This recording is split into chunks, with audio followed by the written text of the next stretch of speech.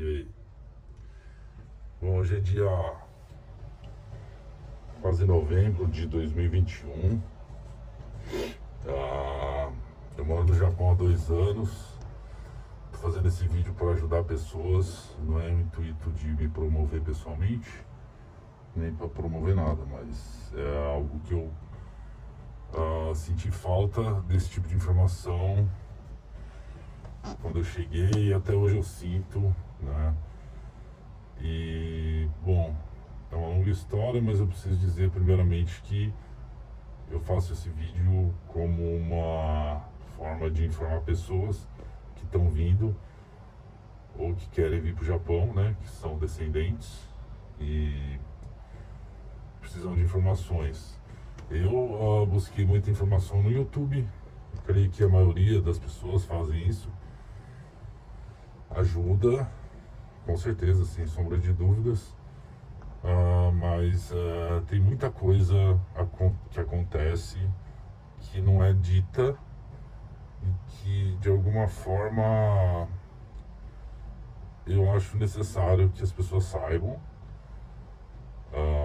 Primeiramente, eu não quero me promover, já falei, e minha intenção é deixar você a parte das coisas que aconteceram comigo. Não é uma questão muito de opinião, porque pode acontecer com qualquer um. Por eu ter uma formação de graduação no Brasil, ter uma idade um pouco mais avançada do que usualmente as pessoas vêm pra cá, eu tenho certas informações a compartilhar, bastante sérias, e que tudo é parte de um aperfeiçoamento e de uma, como eu posso dizer, tudo é parte de um processo. Então há muito que se melhorar em relação a isso no Japão. Há muita injustiça que acontece. Brasileiros passam a perna em brasileiros aqui muito. Isso já é bem dito nos vídeos, isso não é nada de diferente, mas eu tenho coisas a dizer. Então eu vou filmar a rua, eu não quero filmar minha cara mesmo, porque um dos problemas que eu tive foi que eu não queria ficar vendo cara de youtuber, eu queria ver o Japão. Isso eu senti falta, assim, eu queria ver a rua, eu queria ver as coisas. Isso não tinha muito, a não ser em canais específicos que ficam filmando a rua do Japão. Então eu vou fazer um vídeo no qual eu passo as informações e mostro mais ou menos as coisas que tem aqui. Eu vou dar um rolê de carro, essa é a real. Vou dar um rolê de carro e ao mesmo tempo vou conversar com a câmera. É uma coisa que eu senti falta. Achei que podia ter. E informações as quais eu deveria ter, não tive. Então vocês vão ter agora. Ok? Ligashimasu.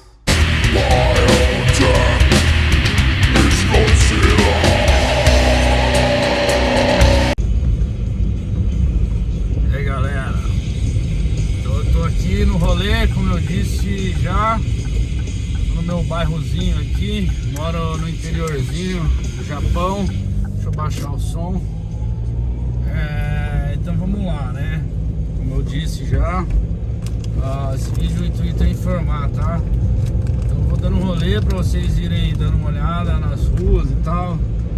Eu acho que enquanto o vídeo for rolando, eu vou colocar umas imagens que eu fiz durante o dia, perto do Monte Fuji, que eu fui esses dias, que é surreal de bonito. Então assim, eu vou falando e foda-se.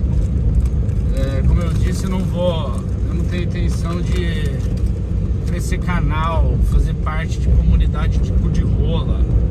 Minha intenção é te informar coisas das quais eu acho que eu deveria ter sido informado antes de vir pra cá, certo? Não porque você tá vindo a um lugar a 18 mil quilômetros de distância, onde você vai ficar longe da tua família e você vai ter que juntar uma boa grana, pensar em ir, em viajar, etc. Óbvio que existem várias experiências, lógico que existem pessoas as quais se deram bem ou que tiveram mais sorte, tiveram um tratamento mais humano, vamos dizer. Mas tá, vamos ao que interessa, certo? Então tá, eu sou formado e vim pra cá com a intenção de talvez,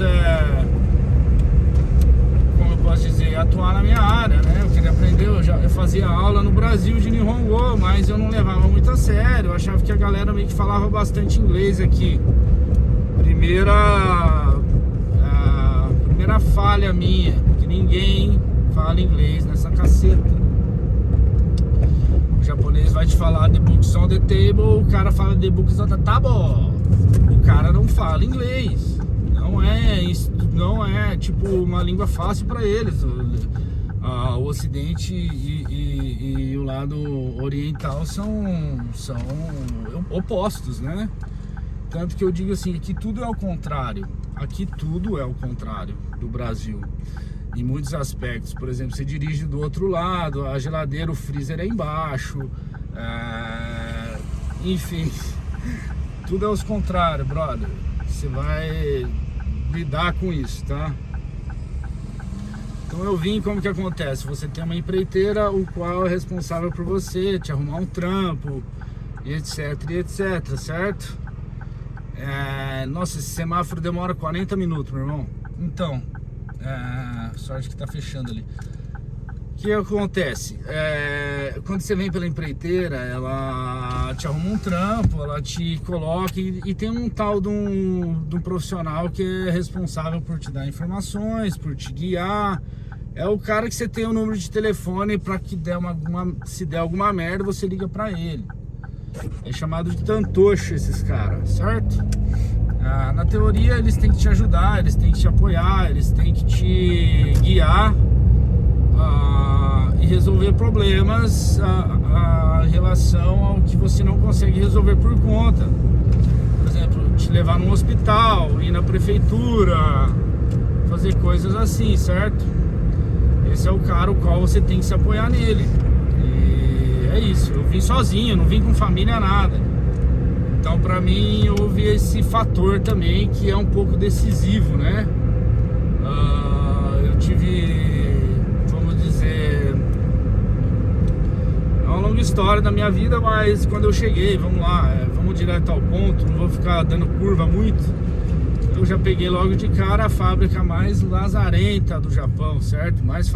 Extremamente famosa por ser o pior lugar para se trabalhar no Japão. Essa é a realidade. E sempre quando eu falo com alguém daqui que está há bastante tempo, ele sempre fala: nossa, a primeira vez que você vem pra cá, você já caiu logo nessa fábrica? Eu falei: pra você ver como a minha vida ela é cercada de muita sorte, né? De muita luz, no sentido de Lúcifer. Então o que aconteceu? Eu já caí nessa fábrica linda, a qual é conhecida como a fábrica mais rápida do Japão de carros. Eu não vou ficar falando o nome porque, enfim, vocês vão saber. É só isso. A empreiteira que eu vim, na verdade, foi uma agência no Brasil que me colocou nessa empreiteira, certo? Então, você passa por diversos processos, né? E essa empreiteira, ela é uma das maiores, se não a maior do Japão. Não sei se vocês sabem, mas é outra informação importante: as empreiteiras do Japão são relativamente da Yakuza mesmo. Não vou ficar fazendo 9 horas não, o bagulho é da máfia, essa caceta. Isso é real. Isso foi me dito e é dito poucas vezes, nem todo mundo tem essa informação. Mas assim, o Japão nos anos 70, ali começou anos 80, houve um processo de, vamos dizer, a tecnologia começou a avançar, então eles precisavam de mão de obra, né, barata, estilo China. Para quem odeia a China e é capitalista, saiba que isso aqui é muito mais parecido com a China para o estrangeiro ou até para o japonês do que você imagina. É por isso que essa caceta tem tanto suicídio, tá ok? Odeio falar tá ok por causa daquela merda, daquele otário do presidente. Se você é bolsominion, por favor, desligue o vídeo e suma. E assim, eu não sou comunista, tá? Mas eu também não sou retardado mental no sentido de ser retardado. E acontece o que? Vamos lá. Para quem quer saber minha posição política, primeiramente eu sou estudado em humanas, então eu levo muito pro lado científico. Eu não tenho um lado ideológico da parada, certo? Então eu não defendo um lado como o ideal, como o lado o qual vai salvar a humanidade. Eu acho que a humanidade é errada desde o princípio, meio e fim. Isso aqui vai ser autodestruído em pouquíssimo tempo. Mas eu, na prática, na teoria, tô do lado esquerdo do rei, certo? Não sei se vocês sabem a história, mas a esquerda e a direita foi cunhada, né, no século 17 ou 18 pelo rei da França, que estava tendo uma espécie de uma guerra civil. Ele botou de um lado direito dele os patrão da época, os senhores feudais ou gente rica, e do lado esquerdo ele botou os funcionários e gente pobre e trabalhador rural. E fundou-se isso que você chama de esquerda e direita, que dentro da tua cabeça deve ser provavelmente algo diferente disso, mas na prática ainda hoje funciona dessa forma. Então, se você trabalha, seja no que for, seja até pequenos empresários, você fornece sua mão de obra 8 horas por dia, ou 12, ou whatever, você está sentadinho do lado esquerdo do rei. Por mais que você torça para o lado direito, você é só um babaca que defende o lado qual você não está sentado. Não que eu defenda com unhas e dentes o meu lado, mas existem erros também do lado esquerdo, mas que, enfim, é onde eu tô sentadinho, quietinho e fodido da minha vida, certo? Então vamos lá, continuando. Então, quando eu vi eu cair nessa empreiteira, é uma das maiores. E por que a máfia, ela é dona das empreiteiras? Eu tava contando os anos 80 e tal, os anos 90. O Japão precisava, tava mal economicamente, e a máfia começou a sofrer. O governo começou a pegar pesado com a máfia, certo? As leis ficaram duras e a máfia começou a diminuir. Ela começou a perder poder. Ela teve que partir para um lado legalizado da parada, vamos dizer assim. Então, vocês terem uma ideia, ser mafioso aqui, você ser basicamente filiado a uma organização criminosa, não é um crime. Ou seja, é como se no Brasil você fosse do PCC, todo mundo soubesse, mas ninguém pode te prender, porque não é ilegal. Ilegal é você cometer um crime aqui, aí é ilegal. Mas você ser oficialmente coligado a alguma máfia não te faz um criminoso. Então vamos dizer que como se o PCC fosse legalizado no Brasil, e se você só ia ser preso se caso você assassinasse alguém e fosse pego em flagrante. Então aqui a máfia é uma coisa igual de filme mesmo. Tem nego que você nem sabe, né? As empreiteiras então viram uma oportunidade e pensaram assim: puta, a gente tá fudido, a gente não pode mais. O Japão, o governo tá fodendo com a gente. O que a gente vai fazer? Vamos partir pro lado legal da coisa. Eles começaram a abrir empresas e eles viram uma oportunidade muito grande em abrir empreiteiras. Essas empreiteiras então, elas pegam funcionários de outros países, trazem para cá e tem uma mão de obra muito mais barata, os quais os japoneses não querem prestar. Muitos prestam serviço braçal, mas a grande maioria quer estudar, enfim, que é um trabalho diferente, né, certo? Então, tendo isso em vista, a máfia começou a ver que era extremamente lucrativo trazer estrangeiro para cá, fazer ele trabalhar por um preço irrisório, por um valor que é, né, nada mais do que, vamos dizer, eu não falo que é injusto o salário aqui, eu falo que é injusto as coisas que acontecem ao redor.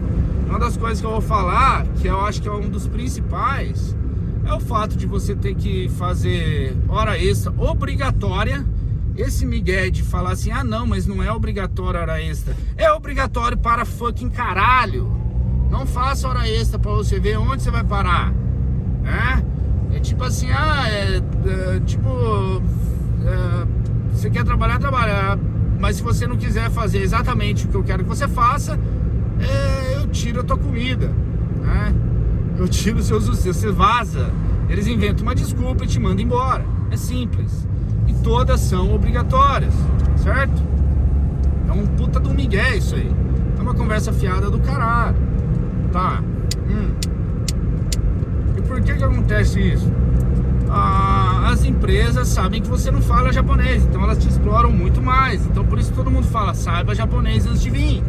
De fato é real. Tanto que o governo tá querendo fazer isso agora, de exigir das pessoas mais ou menos uns 30% de Nihongo antes de você vir. Senão eles não vão nem deixar. Ou pra quem tá aqui pra renovar visto, senão eles não querem deixar. Porque as pessoas são extremamente exploradas, certo? Foi o meu caso, o caso de vários colegas meus que também estavam na mesma posição. Tô tentando acender meu cigarro. Essa caralho desse isqueiro não acende. Tá ok, então beleza, vamos lá. Então a máfia viu que era lucrativo explorar as pessoas e começou a fazer isso. Vamos abrir empreiteira, e as empreiteiras ficaram gigantescas. E isso, de certa forma, salvou o Japão, né? Eles falam que nos anos 80 para 90, o salto econômico japonês foi gigantesco. Por quê? Porque é um país exportador, é um país fabricante. O Japão tem muita patente, tem muita tecnologia, videogame, Toyota, Suzuki, tudo que é tecnológico, tudo que é avançado, que vem daqui, de certa forma, é algo lucrativo para o país. Então ele precisa exportar esses produtos. É por isso que o Japão é igualzinho à China, não tem muita diferença. A diferença é que algumas pessoas chamam de capitalismo, outras de socialismo. No fundo, tudo é a mesma merda. Todos estão aqui pra te fuder os de baixo. Igual na China, igual aqui. Por isso que as pessoas se matam e por isso que as pessoas entram em depressão. Por isso que as pessoas saem loucas daqui. Tem gente que sai daqui louco, meu irmão. Daqui direitinho pro fucking hospício, tá? E não é Brasília não, é hospício mesmo. Consegui acender essa merda. Então vamos lá. Então as empresas, essas máfias começaram a... Então assim, a máfia hoje tipo assim, 50% vem de venda de droga ou prostituição, 50% vem de negócios legais que eles têm. Um desses negócios legais é exatamente as empreiteiras. Então vamos lá. Essas empreiteiras, essa empreiteira que eu cheguei, vamos lá, vamos contar quando eu cheguei na fábrica, certo? Eu cheguei na fábrica e caí nesse lugar mais amaldiçoado do universo aqui no Japão. Fiquei lá por 1 ano e 2 meses. E quando eu cheguei, tinha um chefe meu que chama de Hancho. E tem o Kumicho, que é o chefe dos chefes. O Kumicho era um cara extremamente gente boa. Era gordinho, dava risada, era amigo dos brasileiros. Ele realmente tem amigos brasileiros que frequentam a casa dele, então era um cara 100%. Porém o meu Hancho, que era o meu chefinho, ele era um cara simplesmente alucinado na droga, meu irmão. O cara era loucaço. E o cara era ligado no 220 e cobrava muito de mim. E o serviço é simplesmente, cara, eu vou te dizer assim, é algo fora do comum. Já trabalhei em serviço braçal, nunca tinha trabalhado em fábrica, mas eu sei que serviço braçal é foda e tal. Quando eu cheguei, tinha um cara, vamos dizer, que estava no meu lugar, que eu entrei, que era um velho, ele ficou me ensinando, era um brasileiro bem babaca, aliás, e deixa eu lembrar o nome dele, eu vou mandar um grande vai tomar no seu cu pra ele. E ele ficou me botando medo, vaza daqui, isso aqui é um inferno. Na verdade ele não estava errado, mas ele me falou num momento o qual eu já estava abalado psicologicamente. Outro fator, quando você vem, independente de quem você seja, há um abalo psicológico, certo? Há um abalo psicológico, porque você sabe a realidade de que se você precisar ir embora daqui, você está devendo, você está fodido, e enfim, você está preso aqui, isso aqui é uma espécie de uma cadeia. Mesmo seja, todo mundo fala, mas você que decidiu, e nada. Sim e não. Vamos lá. Por que eu tô aqui? Eu passei por dificuldade financeira e estava dependendo da minha família. Isso se torna uma coisa vergonhosa na minha idade. Eu resolvi partir para o plano C, que de fato era eu vir pro Japão. Enfim, eu não acho que isso seja desculpa pro cara me explorar da maneira que ele achar mais justo, certo? É uma troca. Não é à toa que o Japão é rico, porque tem estrangeiro trabalhando, certo? Se tivesse só japonês, não tinha o suficiente, certo? Então nós fazemos uma troca. Eles me pagam e eu trabalho. Então, se você tem essa ideia michuruca dentro da tua cabeça que, mas a escolha é sua, você tá cuspindo do prato que comeu. Não, de cu é rola, tá? Há muitos mais poréns por aí. Então, há uma cadeia alimentar muito mais complexa daquela que você acha que é a real. Nesse momento, eu tô indo no supermercado, cara. Só isso. Então, beleza. Vamos dizer, quando eu cheguei, peguei esse chefe psicopata e esse cara que me ensinou retardado mental, completamente idiota. O cara era completamente um idiota, tinha 50 anos e era um idiota. Pra você ver como a idade não transforma ninguém em nada. O cara é um completo idiota, completo, sei lá. Os brasileiros aqui basicamente são um contra o outro. Isso é ridículo. Vou contar isso mais pra frente, porque depois disso eu consegui um emprego na minha área. Foi uma ilusão, foi uma desilusão na verdade, e o qual eu vou contar em outros vídeos, mas não nesse. A inveja que as pessoas sentem quando você sai de uma fábrica, e só fazia 1 ano e pouco que eu tava aqui, é gritante. Ninguém mais nem fala com você. É bizarro, isso aqui é bizarro. É um laboratório de o quão o ser humano pode ser um arrombado, filho de uma puta. É mais ou menos o que acontece aqui. Aqui você enxerga o lado escrotaço do ser humano. Não que você não enxergue no Brasil também, mas aqui é bem peculiar, né? Você espera um apoio. Não, somos estrangeiros, vamos se apoiar de cu é rola. Espere no mínimo uma rasteira ou várias. Então, vamos lá. Quando eu cheguei na fábrica, esse rancho ali tinha acabado de dar um murro nas costas de um brasileiro que estava aqui. O brasileiro fazia 3 dias que estava na fábrica. Ele pegou e não conseguia fazer o serviço, igual eu. Eu demorei 3 meses para conseguir fazer o serviço de forma o qual era considerável por eles, né? E tinha um brasileiro que chegou antes de mim, ele trabalhava do lado de onde eu trabalhava, e ele levou um murro nas costas desse meu rancho cheirado de pó, porque provavelmente ele alguma coisa usava, porque o cara era muito louco. Mas no fim eu fiquei amigo dele, longa história. Ele era um cara legal, mas ele era um cara psicopata. Então, o que aconteceu? Eu fiquei sabendo que esse brasileiro começou a entrar no embate com esse rancho, com esse chefe. E o chefe simplesmente deu um murro nas costas dele e ele chamou a polícia. Quando você chama a polícia no Japão, meu irmão, você chamou o bagulho mais louco, filho. É o bagulho louco, eles vão resolver o problema. Não importa o que seja, a polícia não tem o que fazer aqui porque não tem criminalidade, certo? Por isso que eu falo, isso aqui é uma chininha e ninguém tá sabendo. E beleza, vamos lá. Às custas dos estrangeiros, né? Então tá, aí eles falam que você tem que agradecer ainda a oportunidade de estar aqui, fodendo a sua saúde. Eu vou falar já por quê e por que que o vídeo chama a escravidão subliminar no Japão, tá? Então tá.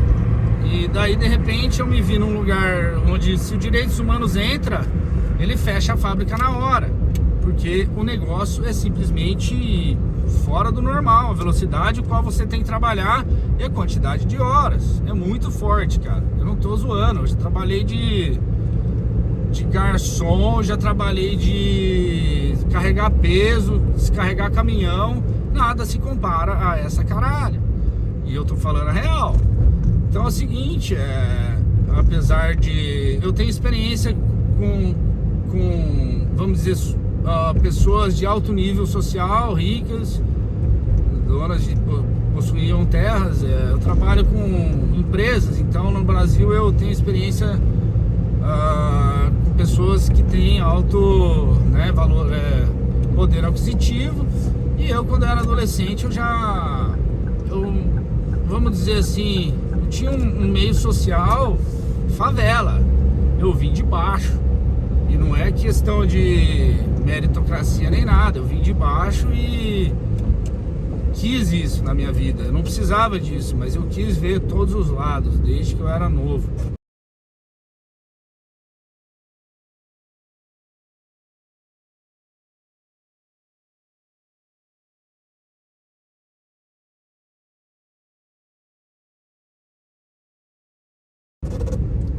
Então beleza, e esse cara chamou a polícia. Então esse maluquinho chamou a polícia e deu um maior rolo. O que a empreiteira fez? Muito esperta, sabia que a merda ia ser grotescamente gigantesca.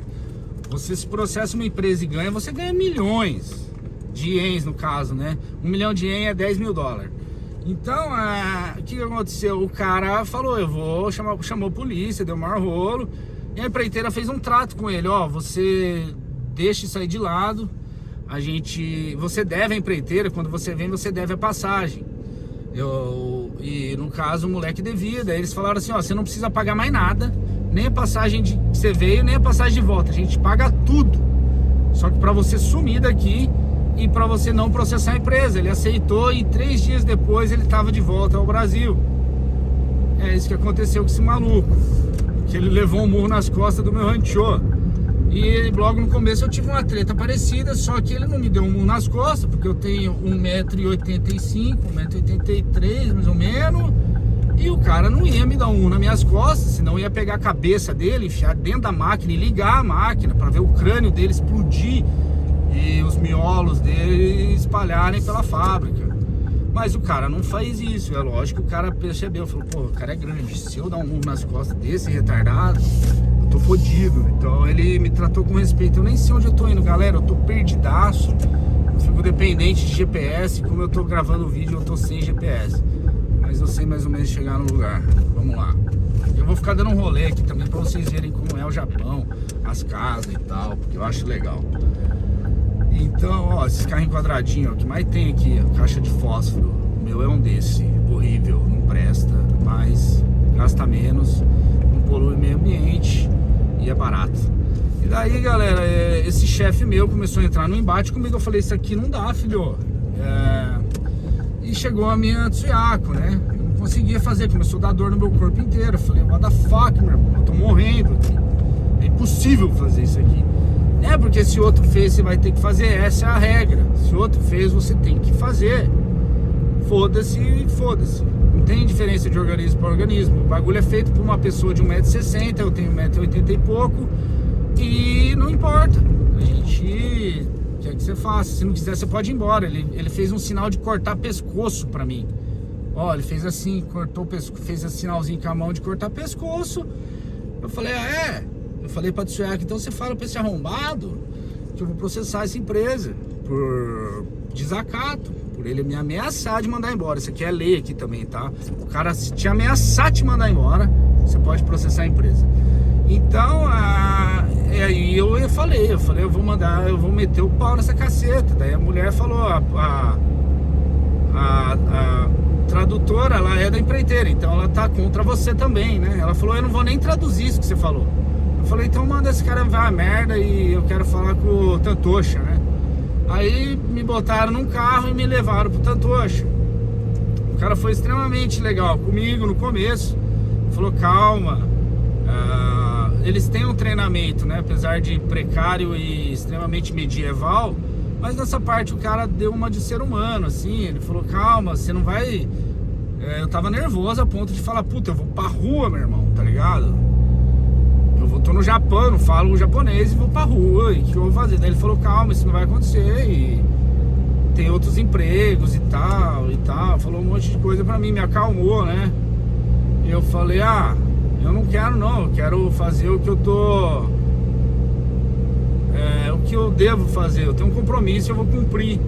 Ele falou, você vai tentar de novo? Você não quer parar já? Eu falei, não, eu vou tentar de novo. No outro dia eu tentei de novo, com muito mais vigor, com muito mais vontade, consegui fazer. Deu uma série de problemas nas minhas articulações, mas foda-se, né?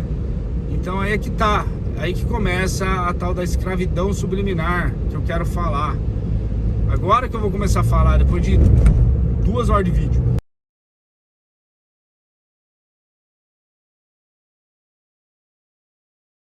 Olha isso, é muito forte.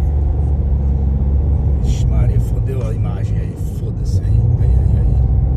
Aí o que acontece? Você destrói a sua saúde para você conseguir fazer um negócio, certo? Então acho que assim, a escravidão, o que ela é? Ela é uma situação em qual você é torturado em troca de um trabalho e o qual você não tem liberdade, seu tempo é inteiramente tomado e você sofre abalos físicos e psicológicos,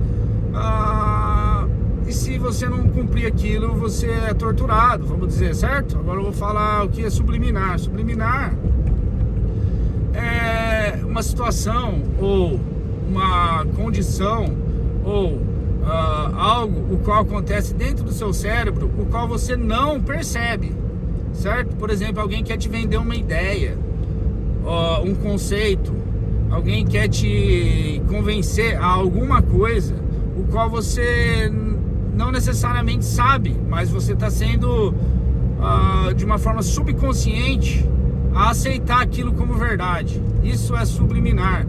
Tem propaganda subliminar e a propaganda subliminar foi comprovada, né? A Coca-Cola fez uma experiência nos anos 50, se eu não me engano, o qual pessoas eram submetidas a mensagens subliminares contidas em filmes dentro de um cinema. E essas mensagens, elas duravam menos de não sei quantos milissegundos e era imperceptível ao olho humano, mas o seu cérebro capta. E a Coca-Cola começou a colocar a imagem no meio dos filmes escrito beba Coca-Cola, beba Coca-Cola.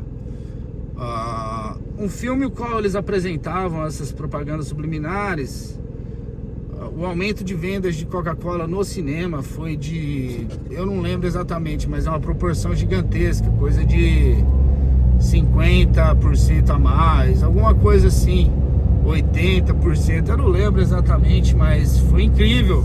E eles perceberam que o cérebro humano consegue aceitar ideias e ser influenciado, mesmo que ele não saiba o que está sendo. Você vai sentir vontade de tomar Coca-Cola assistindo o Titanic. Você fala, velho, essa caceta, o mar deu sede em mim? Que caralho é essa? O barco afundando, puta frio, gente morrendo, pô, vontade de molhar o bico com uma coca gelada. É isso que acontece. É uma coisa subliminar, subconsciente. Por que eu falo que você não percebe que está sendo escravizado? Porque os caras te torturam. A principal fator, ao meu ver, é a troca de turno. Você trabalha uma semana acordando 5 horas da manhã e a outra semana você... Puta, nem sei onde eu tô, meu irmão. Plantação de arroz. Na outra semana você tem que acordar 5 horas da tarde. Então isso acaba com o teu organismo. Já é comprovado, né, que trabalhar à noite é uma coisa que já influencia nos teus hormônios, no teu humor, dá depressão, você sente transtornos de sono, transtornos de ansiedade. Isso acontece com quem trabalha de noite, né, com pessoas que trabalham à noite. Eu não ligo de trabalhar à noite, eu sempre fui meio madrugueiro e não seria um problema pra mim. O problema é mudar de turno toda fucking semana. Isso fode a tua saúde de um jeito que você não tem noção. Meus cabelos eu tenho cabelo branco precoce. Cara, nos anos que eu tô aqui, meu irmão, meu cabelo duplicou. Então, tem coligação com estresse, tem coligação com transtorno de sono, transtorno de humor, transtorno de hormônio e essa caceta inteira. Então, o negócio é desumano. Eu acho que isso é o principal problema daqui, essa troca de horário. Eu não sei porque que eles fazem isso, mas tem isso. Eu não me importaria de trabalhar ou só de manhã ou só de noite, mas mudar de horário, cara, é algo que destrói você. E eu emagreci 10 quilos em 2 meses, ou menos, em um mês e pouco, 2 meses. Eu emagreci 10 quilos, eu virei um palito, meu irmão. Então bagunça você. Imagina o teu psicológico e o teu físico sendo virado do avesso, meu irmão. Longe da família. Eu sou muito ligado na minha família. Então, assim, é algo muito forte. E nisso eu comecei a perceber. E por que eu vou reiterar, eu vou fortalecer a ideia de tortura, de escravidão? Você chega devendo. Há uma frase muito interessante que fala assim: hoje em dia a escravidão, ela não é mais feita por correntes. Ela hoje é psicológica e ela é feita, as correntes que te prendem são chamadas de dívidas, certo?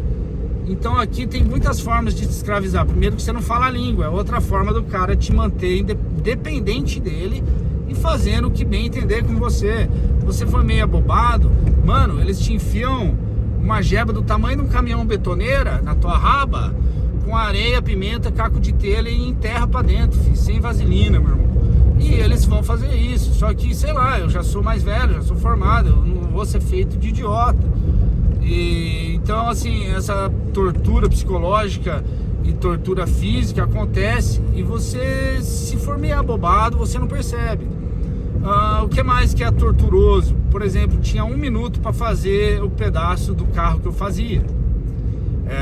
Quando passava 1 minuto, e aquilo no começo eu demorava cerca de 1 minuto e 30 segundos, certo? Eu tive que me virar para fazer aquilo em 1 minuto. Eu demorei 3 meses para conseguir, cheio de dor, cheio de problema nas artérias, que depois se agravou e por isso que eu fui mandado embora. Cara, vou tentar ir pro centro para vocês verem o centro. Tô no meio de um breu, né? Tá extremamente sem graça, mas eu vou botar outras imagens aí. Então o que aconteceu? Eu peguei e quando dava 1 minuto e você se atrasava, tocava uma musiquinha de Atari.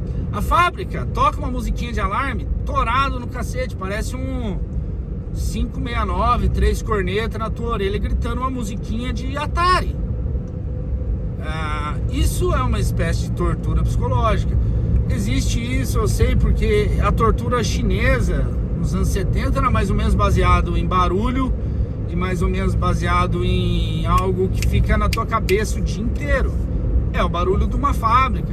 É umas musiquinhas de Atari. A musiquinha, inclusive, é aquela do Bob Volta para Casa. Eu jogava Atari, pra vocês verem a minha idade. Então era a musiquinha do Bob Volta para Casa. Escrevia teu nome, teu número na parede e falando: esse merda está atrasado.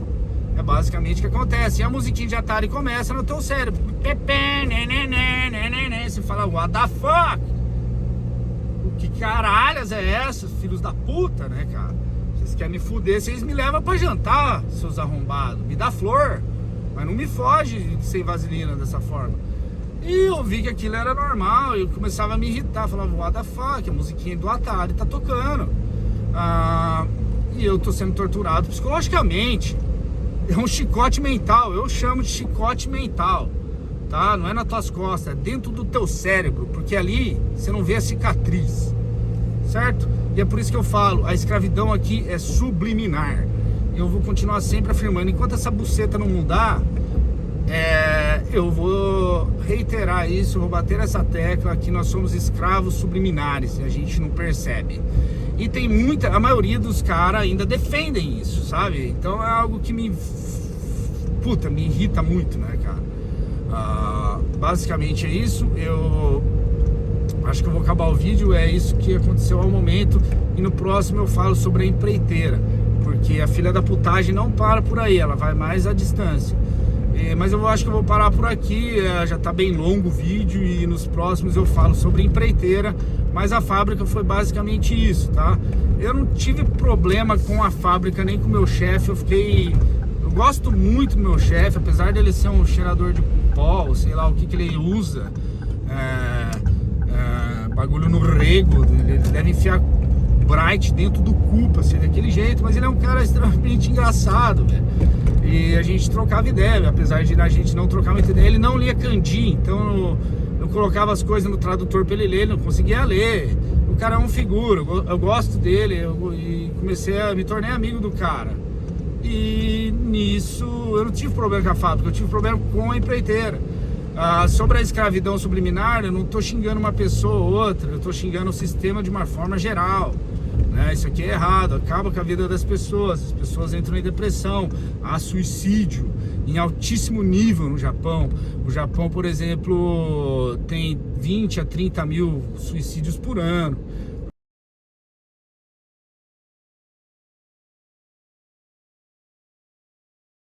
Para vocês terem uma ideia, o Brasil de armas de fogo mata 60 mil por ano. No Japão são 20, é metade praticamente disso, só que de nego se matando.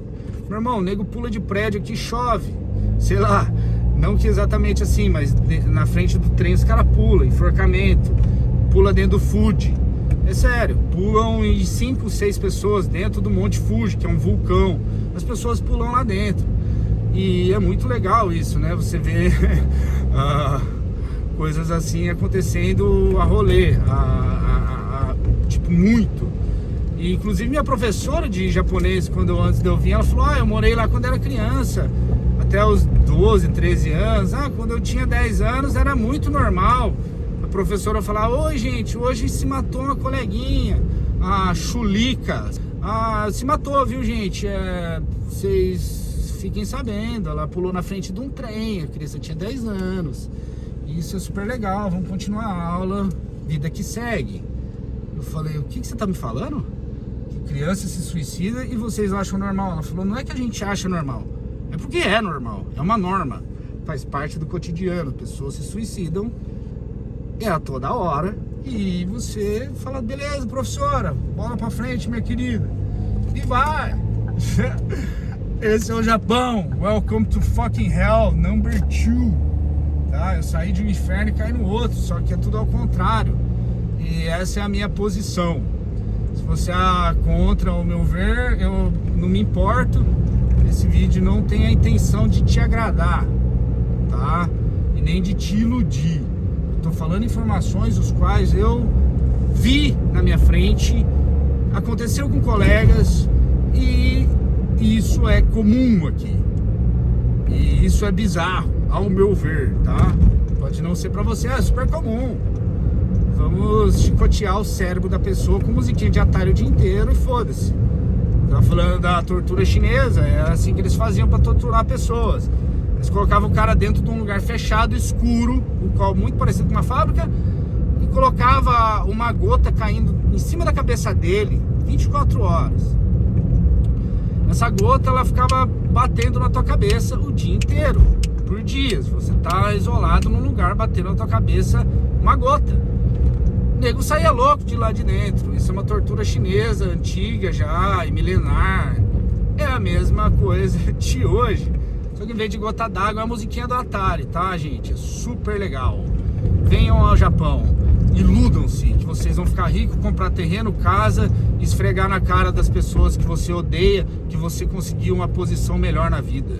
Continue se iludindo e você vai chegar muito longe, inclusive com sérios danos psíquicos na hora que você voltar pra aí. Tem fábricas melhores? Óbvio. Então, eu peguei logo de cara pior. Então, muito obrigado. Vocês me influenciaram. Como diz o Mano Brown, na capítulo 4, versículo 3, na música, ele fala, como é que é? Eu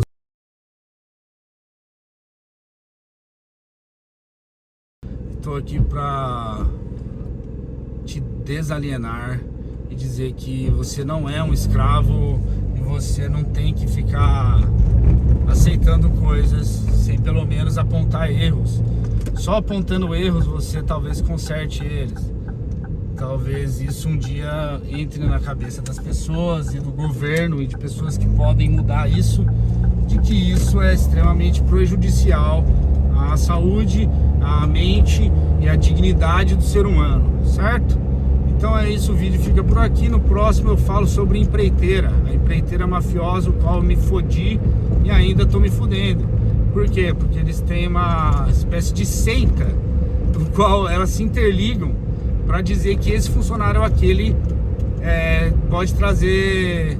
Esse cara fica falando muito, esse cara é contra o sistema, vamos foder com ele, ninguém mais dá emprego pra ele. E isso acontece para caralho.